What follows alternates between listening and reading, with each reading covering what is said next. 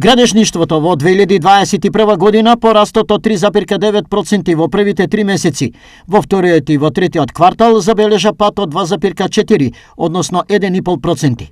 Секторот кој се соочи со поскапување на градежните материјали и побаломна работа поради мориториумите за градба во претходниот период, постојано апелира за повеќе работа и во нискоградбата и во високоградбата. Градежната фела на крајот на минатата година испорача барање до владата за антикризни мерки поради порастот на цените на градежните производи и репроматеријалите при јавните набавки.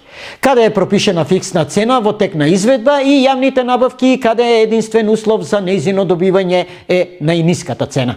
Во моментов зголемените цени на градежните материјали се одразуваат во голема мера и ќе се одразат уште повеќе на цената на становите. Во моментов се многу оштетени компаниите кои работат на јавни набавки, во кои главен норматив за добивање на јавната набавка е минималната цена.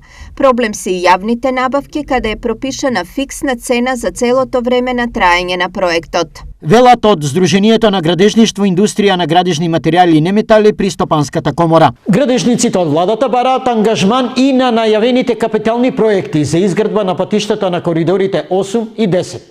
Како градежна фела, тие побараат владата да бидат вклучени уште при проектирањето, планирањето, па се до изградбата на овие патишта и да добијат цврсти гаранции дека нема да бидат изоставени.